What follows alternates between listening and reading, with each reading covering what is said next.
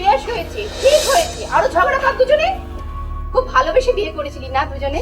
একটু বোঝাপড়া নেই নিজেদের মধ্যে? ওইটুকু একটা বাচ্চা মেয়ে, ওর মনের দিকটা একটুও ভেবে দেখলি না?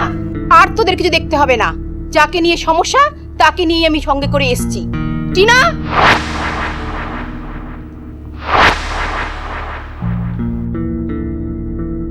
এ কি আপনি? কি চাই আপনার? কিচ্ছু চাই না, ফিরিয়ে দিতে চাই আপনার অনিকেতকে আপনার কাছে, মিষ্টিকে তার বাবার কাছে। বিশ্বাস করুন দিদি ভাই, অনিকেতের সাথে আমার কোনো খারাপ সম্পর্ক নেই। আমি ওকে দাদার মতোই শ্রদ্ধা করি।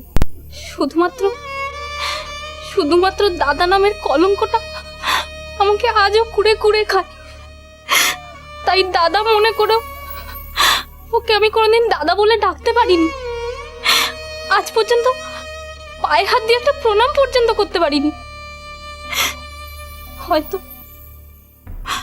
হয়তো আমার এই অযাচিত ভুলের জন্য আপনাদের ফুলের মতো সংসারটা আজ নষ্ট হয়ে যাচ্ছিল।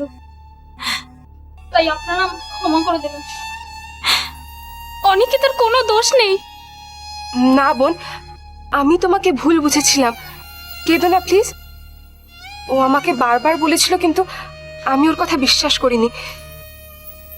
তোমার দাদা নামে কলঙ্ক কেন? কে তোমার দাদা? ছিল, অনেকদিন আগে হারিয়ে গেছে।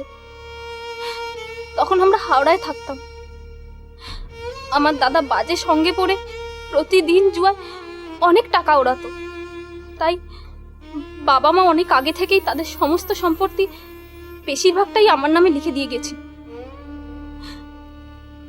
কার অ্যাক্সিডেন্টে বাবা মা মারা যান। বছর খানেকের মধ্যে দিনটা ছিল ভাইফোঁটা। আমি ছোট ভাই বোনদের নিয়ে ফোঁটা জোগাড় করছিলাম। দাদা মদ খেয়ে বাড়ি ফিরলো। আমি ফোঁটা দিতে গেলাম, নিল না। লাথি মেরে ফোঁটা সব জোগাড় ফেলে দিল। আর আমাদের সেই রাতে ঘর থেকে বার করে দিল। সমস্ত সম্পত্তি আমাকে দিয়ে জোর করে নিজের নামে লিখে দিল।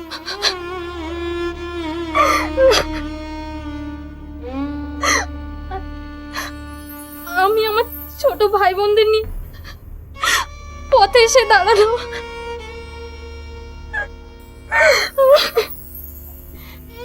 কেঁদো না বোন, তুমি প্লিজ কেঁদো না। আমি তোমায় ভুল বুঝেছিলাম। আর তোমার কোনো চিন্তা নেই, আমরা সবাই তো আছি তোমার সাথে। আর আজ থেকে অনিকেত তোমার দাদা। আর তুমি আমার মেয়ে। বাহ, এটা একটা আনন্দ মুহূর্ত। এরকম আনন্দ ঘন মুহূর্তে একটু মিষ্টি। আরে তাই তো, আমার মিষ্টি বউ সে কোথায়? এ কি বলছেন আপনি? আমি তো সমুখে দিয়ে যুক্তি করে আপনার কাছে মিষ্টিকে পাঠিয়েছি। আরে সে তো আপনি ফোনে আমাকে বললেন যে মিষ্টিকে আমার বাড়িতে পাঠাবেন, তো মিষ্টি তো আমার বাড়ি আসেনি। আমি ভাবলাম আপনি কোথায় সিদ্ধান্ত পাল্টে। না না, আমি কোনো সিদ্ধান্ত পাল্টাইনি। আপনি সিদ্ধান্ত পাল্টাননি? তাহলে মিষ্টি কোথায় গেল? মিষ্টি, সমু, তোরা এ কি করছিস ফিরোজ? আরে গুরু, তুমি ওদের চেনো নাকি? হ্যাঁ, ওরা আমার নিজের লোক, খুব আপন। আমাদের লাইনে নিজের লোক বলে কিছু হয় না গুরু, বিজনেসটাই আসল। ওরের বাচ্চা, বিজনেস শেখাচ্ছিস? সমু, মিষ্টি কিনে যা, আমি আসছি। কাজটা কিন্তু তুমি ঠিক করলে না গুরু, এর দাম তোমাকে দিতেই হবে। চুপ সালা! হ্যাঁ কাকু, আমি অনি বলছি। আচ্ছা, মিষ্টি কি ওখানে গিয়েছে? না ঠিক আছে, আমি পরে কথা বলছি। হ্যাঁ।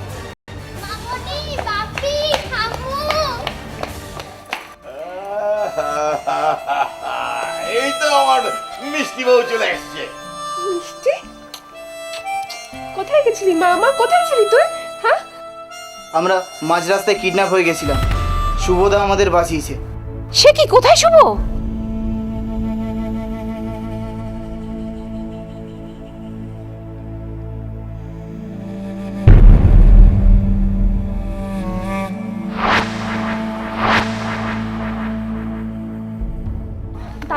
দাঁড়াও, কে কে তুমি? তুমি আমার দাদা, আমি ঠিক চিনতে পেরেছি। কি হলো, কথা বলছো না কেন? তুমি আমার দাদা, কি হলো, কথা বলছো না কেন? হ্যাঁ হ্যাঁ, আমি তো সেই কুলাঙ্গা দাদা। আমায় ক্ষমা করে দেবন। এই পোড়া মুখ আমি আর তোকে দেখাতে চাই না। কিন্তু আমি তো চাই, অনেক কিছু চাই। আজ তোমার আমাকে অনেক কিছু ফিরিয়ে দিতে হবে, না হলে আমি তোমাকে কোনোদিনই ক্ষমা করতে পারবো না। বল বোন, তুই কি চাস? আমি আমার দাদাকে চাই। আমি তোদের জীবনটা সব শেষ করে দিয়েছি। হ্যাঁ, ভগবান আমায় সেই শাস্তি দিয়েছেন। হাওড়া থেকে যখন কলকাতায় ফিরে আসি, একদিন বাজারে তোলা তুলতে গিয়ে তোকে দেখতে পাই। তারপর একদিন তোর পিছু নিয়ে তোর ঘরটাও দেখে আসি। একদিন রাতে তুই আমার পিছু নিয়েছিলি, আমি প্রায় ধরায় পড়ে গেছিলাম। আমি তোর নাম্বার জোগাড় করে তোকে মাঝে মাঝেই ফোন করতাম, কিন্তু কথা বলার সাহস হয়ে ওঠেনি। রাইমা বুম্বার অবস্থা থেকে আমি থাকতে পারতাম না, কিন্তু আমি কিছুতেই কিছু করতে পারিনি। দিনের পর দিন আমার অপরাধবোধ আমায় কুড়ে কুড়ে খেয়েছে।